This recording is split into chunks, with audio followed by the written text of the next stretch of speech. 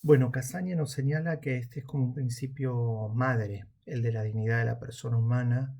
Su centralidad hace también que que en él se funden los demás principios generales del derecho, ya sean comunes a todo el derecho, como el principio de buena fe, los de pro homine y pro libertade, junto a los que son propios y típicos del derecho público, como el principio de confianza legítima y la tutela judicial y administrativa efectiva, que constituyen nuevos paradigmas del derecho administrativo.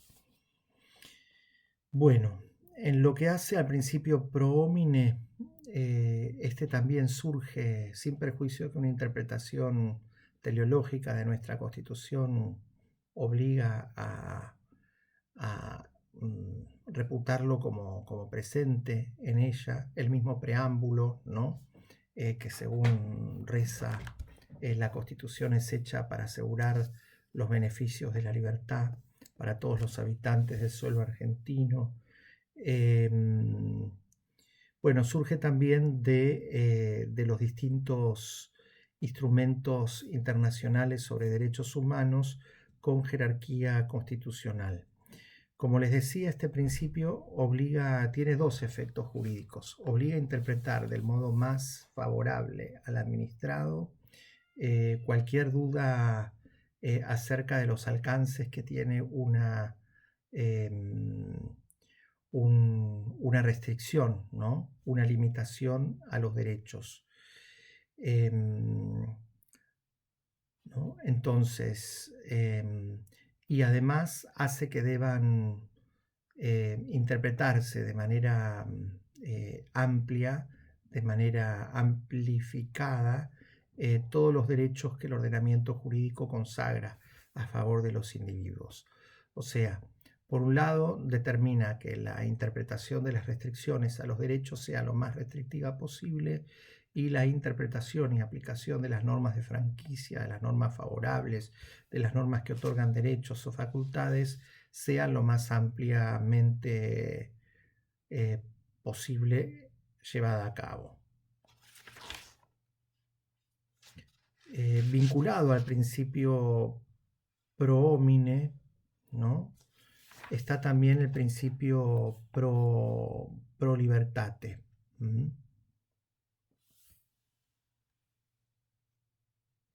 De este principio se deriva la regla de que la administración debe inclinarse siempre por la interpretación más favorable a la persona, ¿no? Y el principio de la buena fe del administrado siempre se presume, lo cual tiene particular incidencia en el ámbito tributario. La autonomía y la libertad deben prevalecer sobre la restricción, que tiene que ser limitada y establecida como excepción a la regla de un modo razonable.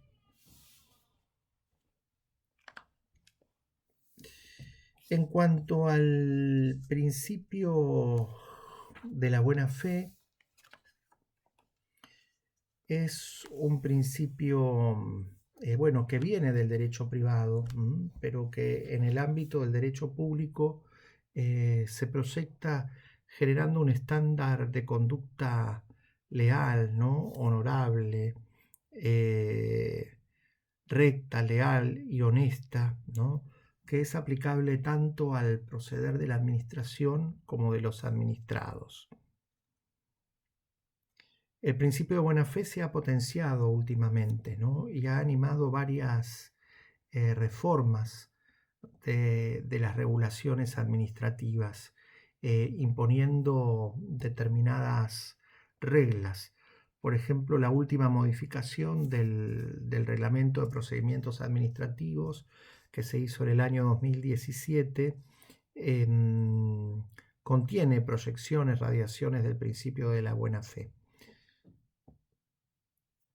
Un supuesto es que antes se exigía a los administrados que presentaran toda la documentación, ¿no? De soporte de sus declaraciones, de sus afirmaciones ante la administración pública, y ahora, bueno, en base al principio de la buena fe, se admiten las declaraciones juradas, sin perjuicio, bueno, del derecho que siempre tiene la administración de exigir la documentación si por un motivo concreto de duda o alguna política de fiscalización así se considerara conveniente o necesario. También en virtud del principio de buena fe, la última modificación del reglamento de procedimientos administrativos exime al administrado de entregar toda aquella documentación que ya fue entregada ante otro órgano administrativo o que obra en conocimiento de la administración, ¿no? Entonces hay como un vínculo entre el principio de buena fe y el principio de buen gobierno, porque buen gobierno se traduce en una conducta de la administración leal, criteriosa, honesta, que no le hace la vida imposible al administrado, sino que contribuye de buena fe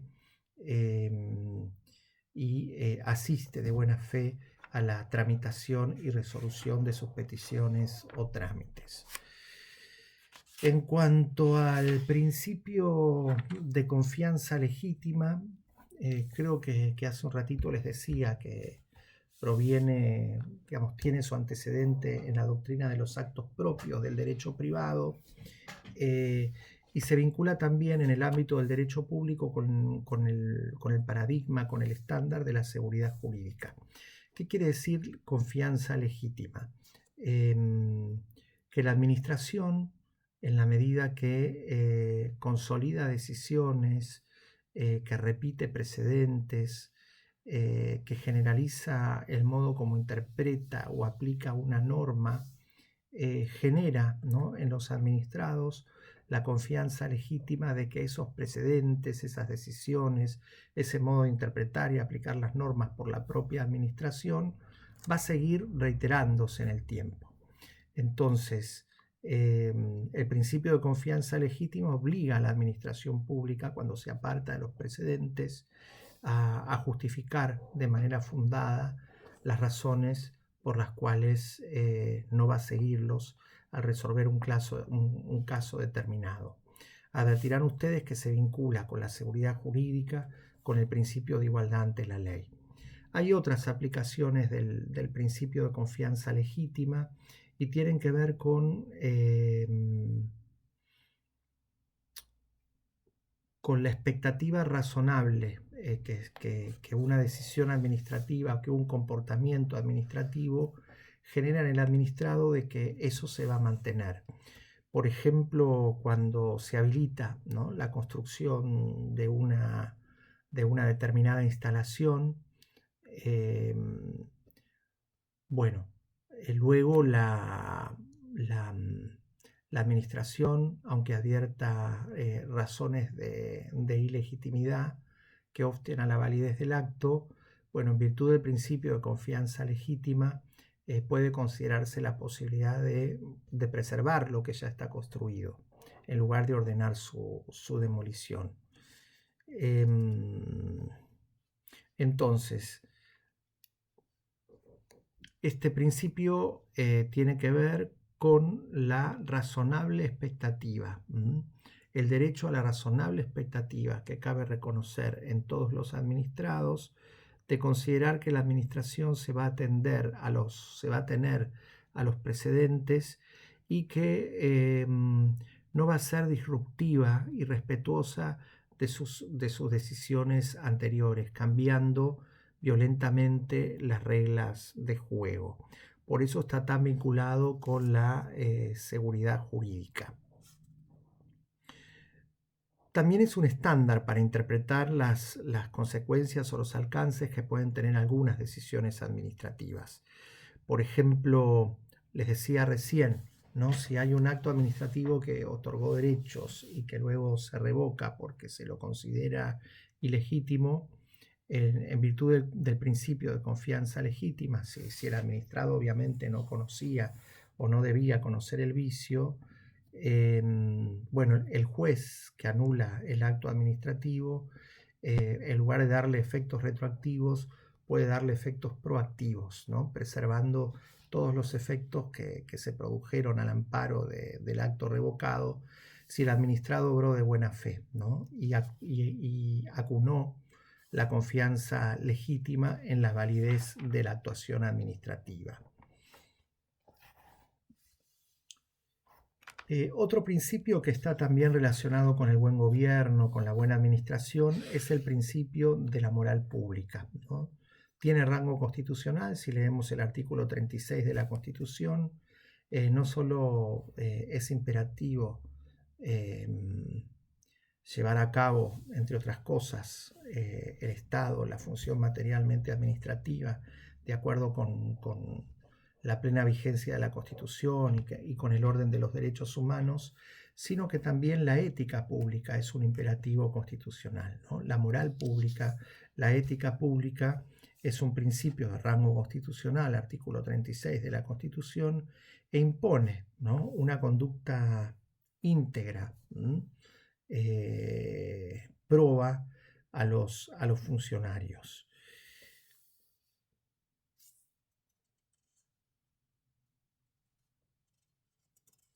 Es todo un paradigma, ¿no? Porque hay un montón hay una pluralidad de conflictos, de problemas que deben resolverse cuando afloran ilegalidades, irregularidades, o hay que juzgar, ¿no?, la conducta de un funcionario o la validez de algunas de sus decisiones. Bueno, estos principios de integridad, de ética pública, de moral pública, son relevantes. Recuerden que tenemos la ley de ética en el ejercicio de la función pública que ha positivizado gran parte de los contenidos de este principio, que además, como les decía, se encuentra positivizado ya nada más y nada menos que en la propia Constitución Nacional en su artículo 36.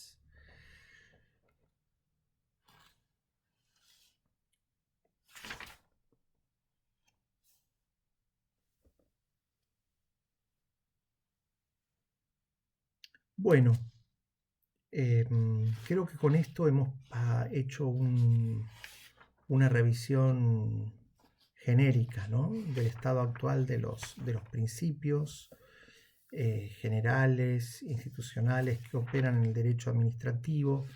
Hicimos una referencia también a los principios de tutela judicial y de tutela administrativa efectiva. Estos principios son importantes.